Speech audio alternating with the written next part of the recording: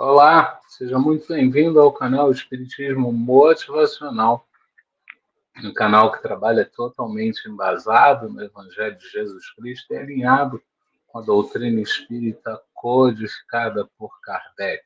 Hoje é sexta-feira, temos então o Evangelho segundo o Espiritismo e pode estudar conosco.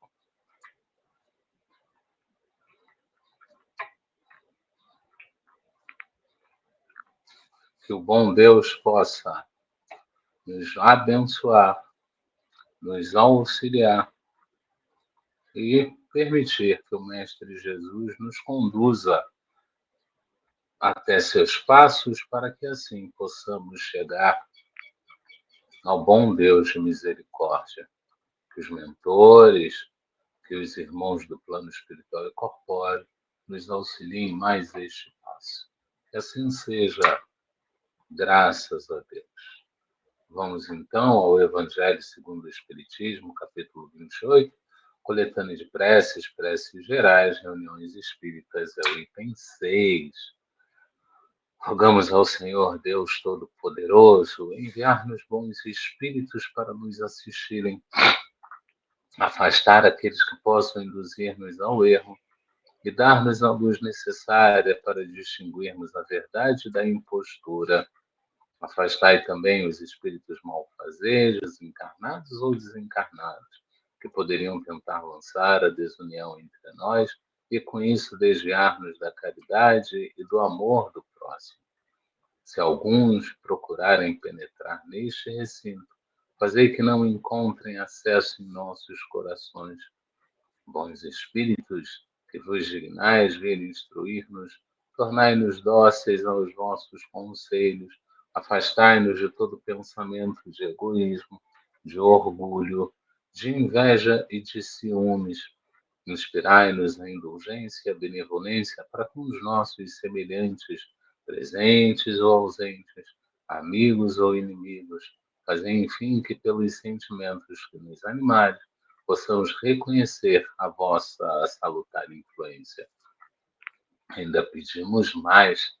Dai aos médios que encarregardes de nos transmitir os vossos ensinamentos, a consciência da santidade do mandato que lhes é confiado e da gravidade do ato que vão praticar, a fim de que o façam com o fervor e o recolhimento necessários. Se estiverem entre nós pessoas que foram atraídas por outros sentimentos que não o do bem, abrir os seus olhos à luz e perdoai-as como nós as perdoamos, sobretudo se vierem com intenções malfazejas.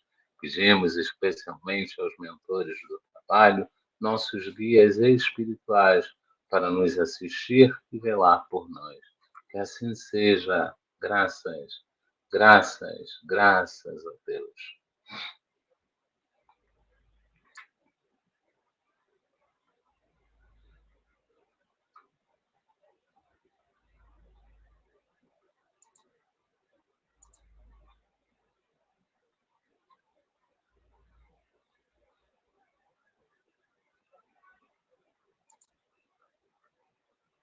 E assim, seguimos então para o nosso básico do Espiritismo. E no nosso básico do Espiritismo de hoje, a gente traz um assunto recorrente, em que hoje trabalharemos, inclusive, de maneira breve, porque é um assunto muito mais para nos lembrar de como é feito do que, de fato, para apresentar, já que num outro básico do Espiritismo fizemos uma apresentação mais robusta, que seria o núcleo familiar. Como se dá o núcleo familiar? Como se dá a formação de nosso núcleo familiar? Não somente o nosso núcleo familiar, mas igualmente o meio onde viemos, são configurados para nos fornecer tudo aquilo de que precisamos para evoluir. Então, a gente precisa da guerra. A espiritualidade amiga vai lá e cria a guerra? Não. Ela vai se utilizar do que já existe para que nós possamos crescer. Nós precisamos estar num meio conflitante para, através do contraste, crescermos com esses conflitos. Então, vão se juntar pessoas que são ali conflitantes por si só, e aí vão se gerar os conflitos. Então, vem sempre configurado daquilo que a gente precisa para evoluir. As pessoas que nos circundam têm o conjunto de atribuições que nos permitiram, ao mesmo tempo, tanto provas, expiações, aprendizados, quanto ensinamentos durante as nossas jornadas, e foi exatamente o que a gente trouxe ainda há pouco. São os contrastes e as igualdades de forma repetitiva que, de um jeito ou de outro, nos levarão a uma reflexão e, na maioria das vezes, um convite à mudança. Joana, Miramês, Emmanuel, todos eles falam, Manuel Filomeno de Miranda, todos eles, de uma forma direta ou menos direta, falam sempre acerca da necessidade que temos dos contrastes. Então, eu tenho dificuldade de entender o amor.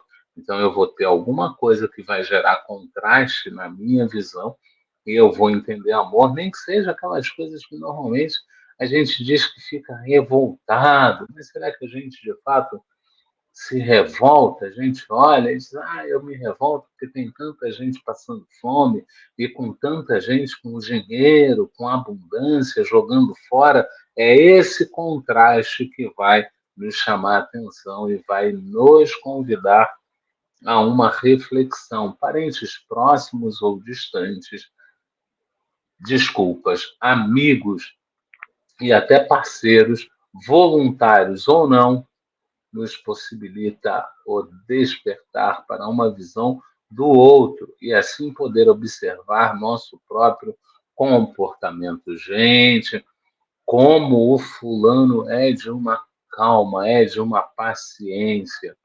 Gente, como a fulana, olha, ela é assertiva, ela é precisa, como não sei quem é metódico, olha, é tudo certinho, é tudo ali, uma coisa atrás da outra. Como o fulano é enrolado, como a Bertana gosta de prometer uma coisa, além de não cumprir, ela diz que foi outra. Tudo isso são exemplos comportamentais em que a gente vai observar e vai tentar reproduzir ou vai tentar juntar pontos de identificação para não ter contato com esse tipo de perfil. E é isso que nos traz aí esses parentes, esses parceiros, essas pessoas, vai fazer com que, através do comportamento deles, nós possamos observar o nosso próprio comportamento. Olhe para o outro e se pergunte o que posso aprender e ensinar com esse outro, o que posso trocar. Sim, porque todos viemos aqui com o objetivo de nos auxiliar. Quem está na frente auxilia quem está atrás, e quem está atrás vai auxiliar a quem está mais atrás. Todos que estão atrás possibilitam o aprendizado também para o que está na frente. Para a programação reencarnatória, não há acasos, existem as possibilidades, poderemos todos explorar. Então, a gente às vezes olha e diz: por quê? Por quê? Por que eu me deixei levar por essa pessoa? Por quê? Por que eu estou aqui confinado com essa pessoa? Por quê? Desculpa, por quê? Eu tento porque tento sair da vibração dessa pessoa, mas algo acontece que eu tenho que trabalhar com ela de novo, eu tenho que estar com ela de novo. Isso é a programação reencarnatória, preparando um mundo melhor para a gente. E, por fim, a fé na crença de que tudo nos é arranjado para que possamos melhorar, seguramente nos levará adiante e nos possibilitará um real crescimento, desde que eu comece, a partir de já, a olhar que, olha, não tem acaso. Então, Eu preciso trabalhar a minha fé para acreditar que aquilo que chega para me melhorar, me possibilitar o aprendizado. Assim sendo, a gente agradece imensamente o Pentateuco, que nos ajudou e nos ajuda sempre até aqui, é o próprio canal para trabalharmos núcleo familiar no nosso básico do Espiritismo. Então, a gente chega agora ao horário do nosso boa noite, mas estamos com um compromisso em duplicidade. Portanto, o nosso Evangelho segundo o Espiritismo de hoje vai ser um evangelho breve e está gravado. A gente sentou, preparou tudo com carinho, preparou tudo com toda a atenção do mundo, mas preparou e dessa maneira ficou gravado. A gente até hoje não deixou de ir ao ar nem um dia, já fomos um dia pela metade, no meio do estudo, acabou a luz, deu uma confusão danada, a gente não conseguiu voltar, já aconteceu da gente ah, fazer todo um estudo sem estar transmitindo, a gente clicou em transmitir, mas não transmitiu e a gente foi até metade e depois repetimos, mas ficar sem transmitir a gente não fica. E para que isso não acontecesse nessa semana, na semana que vem, pela primeira vez, a gente simplesmente deixou as 2 semanas aí gravadas para vocês. E bem provavelmente estaremos acompanhando do chat. A gente está, então, no Evangelho segundo o Espiritismo, é o capítulo 26. A gente começou o 26 semana passada com os itens 1 e 2, com os itens 1 e 2, e hoje nós daremos sequência, né? Com a parte ajuda-te mesmo, que o céu te ajudará. O item 1, 2 e 3, ele trouxe muito claro como funcionava isso, ele fez toda a abertura, e no 3 e o 4 a gente vai abordar o tema central e o fechamento. São só 4 parágrafos que a gente dividiu em 9 lâminas. Se Deus houvesse isentado do trabalho do corpo homem, seus membros se teriam atrofiado. Se o houvesse isentado do trabalho da inteligência, seu espírito teria permanecido na infância, no estado de instinto animal. Por isso é que lhe faz do trabalho uma necessidade e lhe disse: procura e acharás, trabalha e produzirás. Dessa maneira serás filho das tuas obras, terás dela o mérito e serás recompensado de acordo com o que hajas feito. Aqui a gente tem alguns pontos que a gente pode trabalhar, e trabalhando de trás para frente, a gente procura muito na Bíblia onde está, já recebeste a sua recompensa, já recebeste a sua recompensa, e um pouco é isso, é quando eu aqui exijo os louros, os aplausos, os reconhecimentos por aquilo que eu faço. Então, eu estou recebendo a minha recompensa aqui. Se eu já recebi a minha recompensa aqui, eu não terei recompensa para receber do outro lado. Uma outra coisa muito importante é o trabalho, seja ele braçal, seja ele intelectual, o trabalho é de uma importância muito, muito, muito grande, porque o trabalho, ele além de nos colocar em movimento, ele nos possibilita a experienciação do viver com outras pessoas. Então, isso também nos traz. Um terceiro ponto que a gente traz aqui é uma frase que a gente ouve muito e aqui a gente já tem muito bem embasada, a cada um segundo as suas obras. Então, você trabalhou, você vai receber de acordo com o seu trabalho. Você procurou, você vai receber de acordo com a sua busca.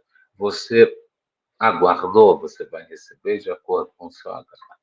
A gente tem 2 parábolas que nos ajudam muito nesse sentido. A parábola 1 é a parábola do trabalhador da última hora, na qual o chefe vai passando, o patrão vai passando várias vezes na praça, de manhã, de tarde e já no final da tarde, e ele resolve pagar o mesmo preço para todos, porque ele entende que aquele que estava na praça esperando o trabalho é digno de receber um salário inteiro pelo seu trabalho, mesmo ele tendo ido trabalhar. A outra parábola que diz muito isso é exatamente o contrário.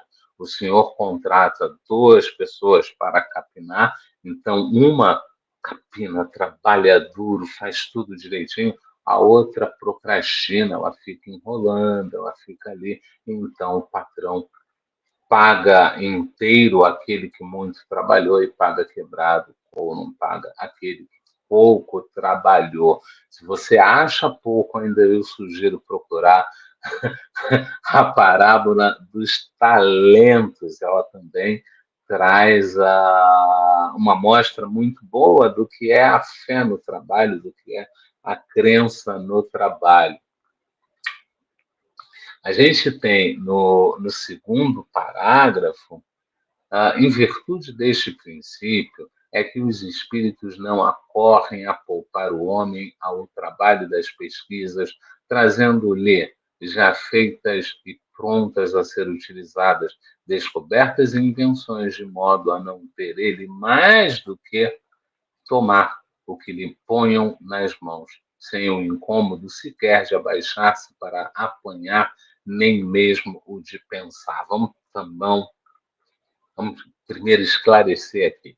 Já é sabido, veio primeiro daquele boom do nosso lar, seja o livro, seja o livro, seja o filme. Então, popularizou demais a ideia que já era popularizada para o espírito de que o plano espiritual ele está muitíssimo mais avançado do que o plano corpóreo. Então, aqui é um rascunho muito mal feito do que há lá. E aí, algumas pessoas perguntam, ora, se lá é evoluído e se temos a comunicação com eles, por que eles não trazem isso para cá? Por que eles não trazem o conhecimento da física, da química? Por que não traz tudo isso para a gente? E é justamente aqui que nos é explicado que não tem que trazer, porque a gente tem que desenvolver um intelecto, a gente precisa seguir com o nosso intelecto. Por isso, então, é feito um intercâmbio no sentido de gerar aprendizado, mas a gente aqui desenvolve o que precisamos aqui. E lá nos dá o suporte para chegarmos a esse entendimento. E segue um pouco mais com Kardec. Se assim fosse, o mais preguiçoso poderia enriquecer-se e o mais ignorante tornar-se sábio, à custa de nada, e ambos se atribuírem o mérito do que não fizeram.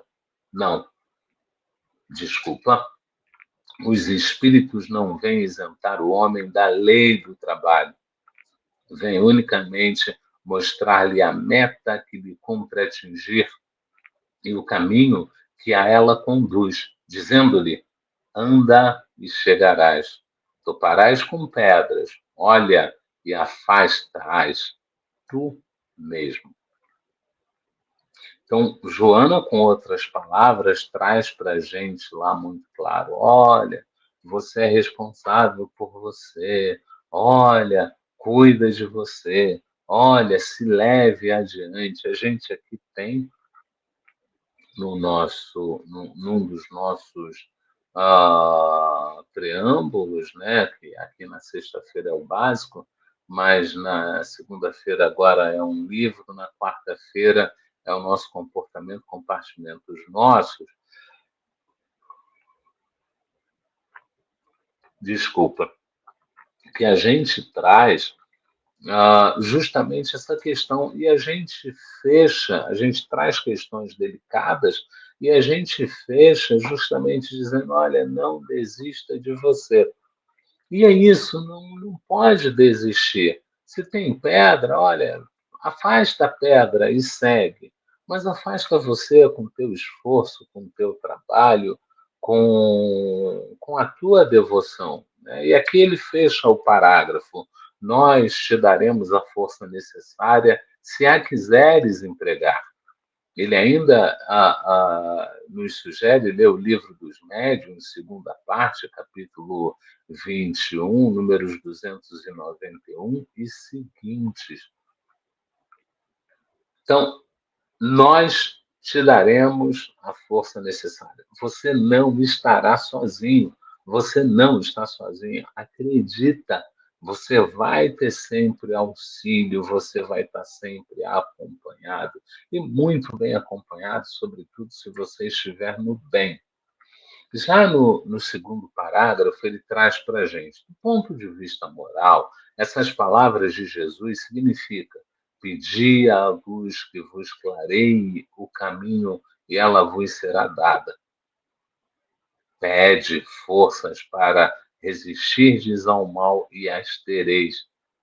Pede a assistência dos bons espíritos e eles vos acompanhar-vos-ão. E eles vos acompanhar-vos como o anjo de Tobias vos guiarão, pedi bons conselhos e eles vos serão jamais recusados. Batei a nossa porta e ela se vos abrirá, mas pedi sinceramente, com fé, confiança e fervor. Então a gente precisa lembrar que o anjo do Tobias foi o anjo que guiou o Tobias até a cidade. E aí perguntam ao anjo, mas por que você não guiou explicitamente? Por que você não apareceu para ele, guiou para que ele tivesse o mérito de ter achado o caminho? E é isso. A gente acredita que está sozinho, mas não. O tempo todo a gente está auxiliado, vai ser auxiliado, está assistido, vai ser assistido o tempo todo, mas para isso a gente precisa pedir com sinceridade, a gente precisa ter fé, confiança e precisa ter fervor naquele nosso pedido. Apresentai-vos com humildade e não com arrogância, sem o que sereis abandonados às vossas próprias forças, e as quedas que derdes serão o castigo do vosso orgulho. A gente já entende que não existe mais castigo, né? Então, castigo era uma linguagem usada à época para que as pessoas melhor entendessem. Então, a gente aqui faz uma tradução dela, faz uma renovação dela, né? Que todas as vezes que eu abro mão da ignorância, que eu abro mão da humildade e abraço a arrogância, então diz lá, sereis abandonados às próprias forças. Que é lembra, cada um segundo as suas obras. Quando o mentor, quando a espiritualidade amiga, quando todos eles tentam te tirar do descaminho, tentam te ajudar, você começa a ser resistente, o que eles chamam de refratário. Quando você começa a ser refratário, o que eles fazem é simplesmente se afastar. Eles estão te olhando, eles estão te guardando, mas você vai viver, lembra do ditado da vovó? Vai viver segundo a própria sorte. Não, aqui no caso é vai viver segundo a própria obra.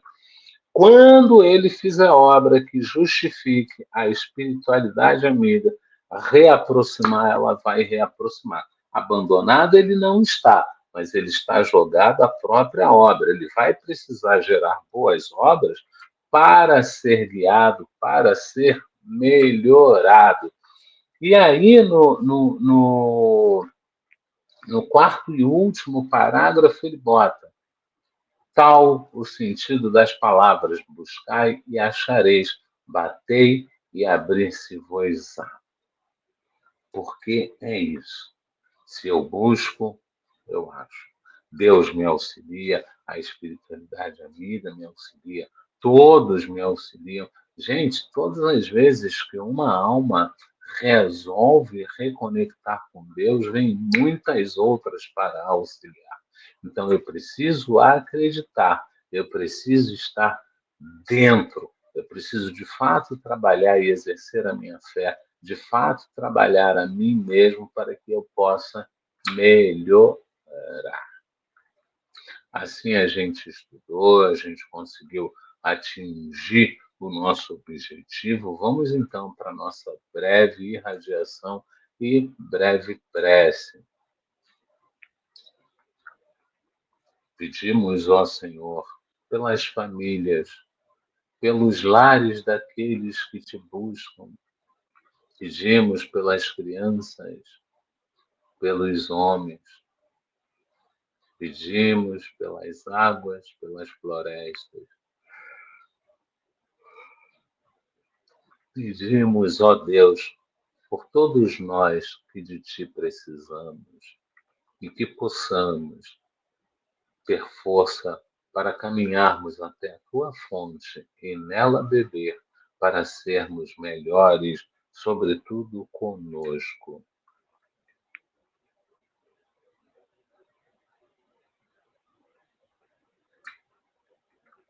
Glória a Deus nas alturas, paz aos homens na terra. Jesus, bom e amado Mestre, sustenta os teus humildes irmãos pecadores nas lutas deste mundo. Anjo bendito do Senhor, abre para nós os teus compassivos braços, abriga-nos do mal.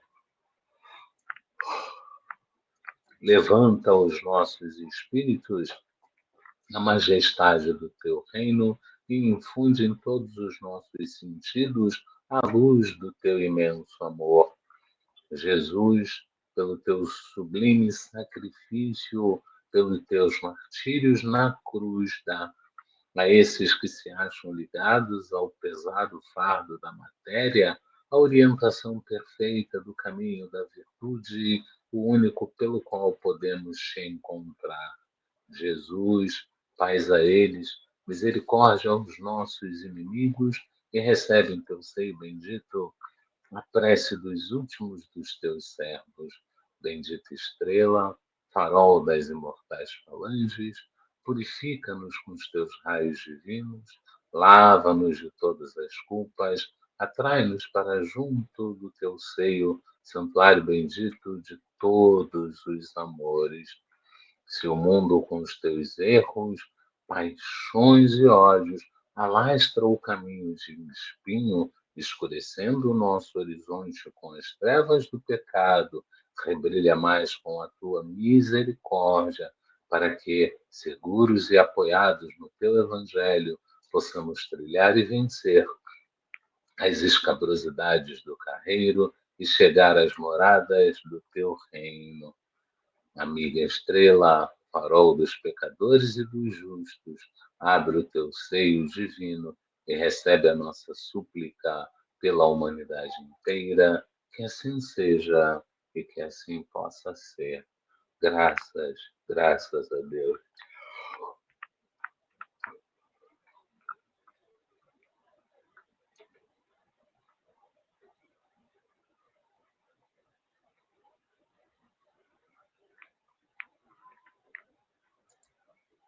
Bom, meus amigos, a gente agradece a presença de todos, agradece o carinho das curtidas, dos likes e convida todos para estar conosco na segunda-feira e darmos sequência a esses estudos com o estudo dos médiuns. E esperamos todos na segunda-feira, se Deus quiser, Ele há de querer, porque estamos a caminho.